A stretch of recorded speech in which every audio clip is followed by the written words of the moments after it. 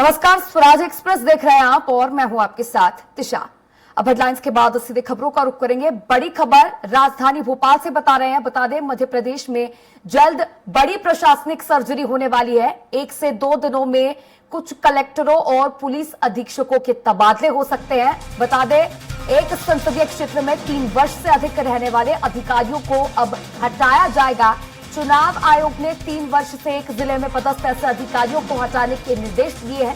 इस आधार पर कलेक्टर, अपर कलेक्टर, तहसीलदार सहित अन्य पदाधिकारियों को स्थानांतरित किया जाएगा। इसी के साथ बताते चले, चुनाव आयोग का कहना है कोई भी रिटर्निंग और सहायक रिटर्निंग ऑफिसर न बनाया जाए जिसका गृह क्षेत्र उस संसदीय क्षेत्र में आता हो। लोकसभा चुनाव की तैयारियों में अब मुख्य निर्वाचन पदाधिकारी कार्यालय जुटता नजर आ रहा है। बता दें, रिटर्निंग और सहायक रिटर्निंग ऑफिसर्स को चुनाव के दौरान बरती जाने वाली सावधानियों को लेकर भी प्रशिक्षण दिया जाएगा। इलेक्ट्रॉनिक वोटिंग मशीन और voter verified paper audit trail के पहले दौर की जांच भी अब हो चुकी है। अब इस खबर पर अधिक जानकारी साझा करने के लिए संवाददाता संजय लाइव जुड़ चुके हैं। संजय, अब देखा जाए तो मुख्यमंत्री डॉक्टर मोहन यादव जब से सीएम पद पर काबिज हुए हैं तभी से लगातार बड़ी प्रशासनिक सर्जरीज देखने को मिल रही है और इसी क्रम में एक बार फिर से अगले 2 से 3 दिनों के अंदर अंदर एक और बड़ी प्रशासनिक सर्जरी देखने को मिलेगी। तबादले होंगे कलेक्टर और अधिकारियों के।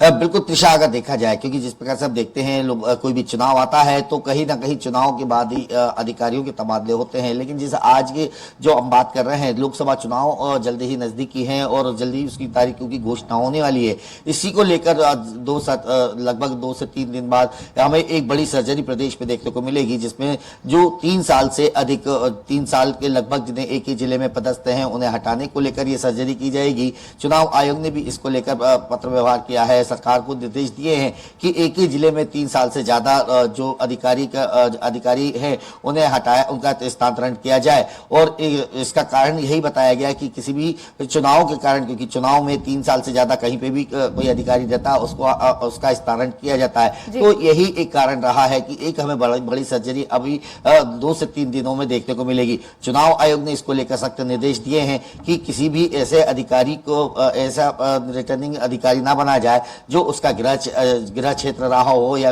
उसके संसदीय क्षेत्र में आता हो। इस प्रकार के कई निर्देश चुनाव आयोग ने दिए हैं और इसीलिए ये एक बड़ी सर्जरी हमें जल्दी ही देखने को मिलेगी। इसके अंतर्गत अगर देखा जाए तो कलेक्टर हुए, अपर कलेक्टर हुए, तहसीलदार हुए और कई वरिष्ठ अधिकारी हैं जिनका ये ट्रांसफर किए जा सकते हैं। जी संजय, चुनाव आयोग ने यह भी निर्देश दिए हैं कि किसी भी ऐसे अधिकारी को तैनात ना किया जाए जो संसदीय क्षेत्र में तैनाती हो वो उसका गृह क्षेत्र ना हो, क्योंकि अक्सर ऐसे ही मामलों में फर्जी वोटिंग के मामले अधिकतर सामने आते हैं। बिल्कुल त्रिशा, अगर देखा जाए चुनाव आयोग ने इसको भी सख्त निर्देश दिए हैं कि कहीं ना कहीं जो रिटर्निंग ऑफिसर होता है उसमें कई उस क्षेत्र का होने के कारण कई बार चुनाव को लेकर प्रत्याशियों में इस चीज का काफी इसके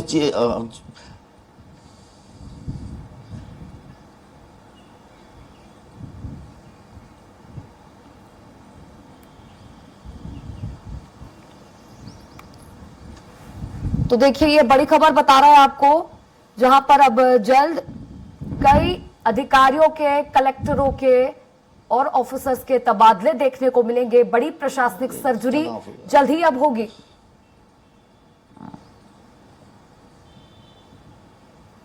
कलेक्टर और पुलिस अधीक्षकों के तबादले होंगे और बता दें कि लोकसभा चुनाव को मद्देनजर रखते हुए ये निर्देश दिए गए हैं। जी संजय, मैंने आपसे पूछा था कि लगातार ऑफिसर्स और कलेक्टरों के तबादले देखने को मिल रहे हैं और एक बार फिर से देखने को मिलेंगे। ऐसे रिटर्निंग ऑफिसर्स और सहायक रिटर्निंग ऑफिसर्स की तैनाती उन संसदीय क्षेत्रों में नहीं की जाएगी जो कि उनके गृह क्षेत्र हैं, क्योंकि ऐसे ही मामलों में अधिकतर फर्जी वोटिंग के मामले सामने आते हैं।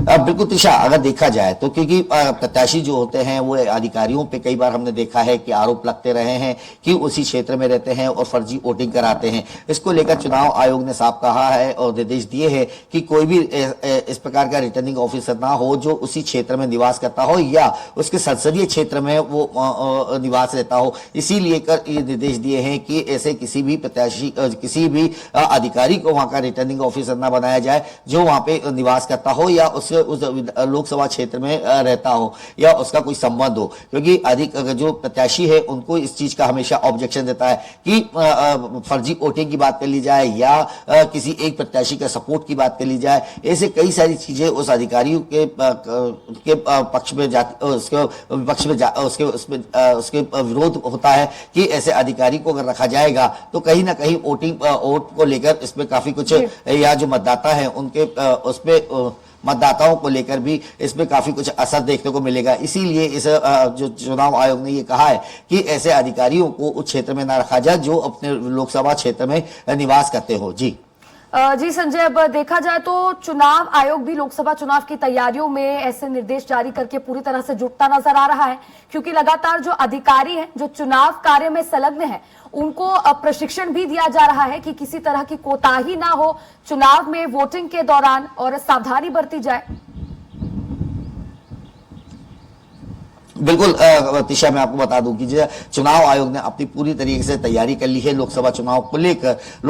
हम जिस प्रकार से चुनाव आयोग ने बताया है कि अभी तक चाहे मशीनों की बात कर ली जाए, बैलेट मशीनों की बात कर ली जाए, सारी मशीनों की चेकिंग हो गई है। अब बचा है अधिकारियों को कि अधिकारियों को ट्रेनिंग देना कि किस प्रकार से लोकसभा चुनाव में अधिकारियों का काम किया जाए और उनमें अधिक से अधिक जो रिटर्निंग अधिकारी बनेंगे उन्हें किस प्रकार की कार्रवाई की जानी चाहिए और नई जो जिस प्रकार से ऑब्जेक्शन रहे हैं उसे कैसे किस प्रकार से हल किया जाए। ऐसे कई ट्रेनिंग का पार्ट बनेंगे जो इन अधिकारियों को ट्रेनिंग दी जाएगी और चुनाव आयोग ने इसको भी तैयारियां पूरी कर ली है, क्योंकि जल्द ही लोकसभा चुनाव पूरे विश्व में पूरे देश में होने वाले हैं। उसी को लेकर ये तैयारियां प्रारंभ हो गई है और तैयारियां जो लोकसभा जो चुनाव आयोग की जो तैयारियां हैं वो अब अंतिम चरण में है और उसी के अंतर्गत अधिकारी और कर्मचारियों की ट्रेनिंग देना भी प्रारंभ कर दिया है। जी चलिए, शुक्रिया संजय जुड़ने के लिए और अधिक चर्चा करने के लिए।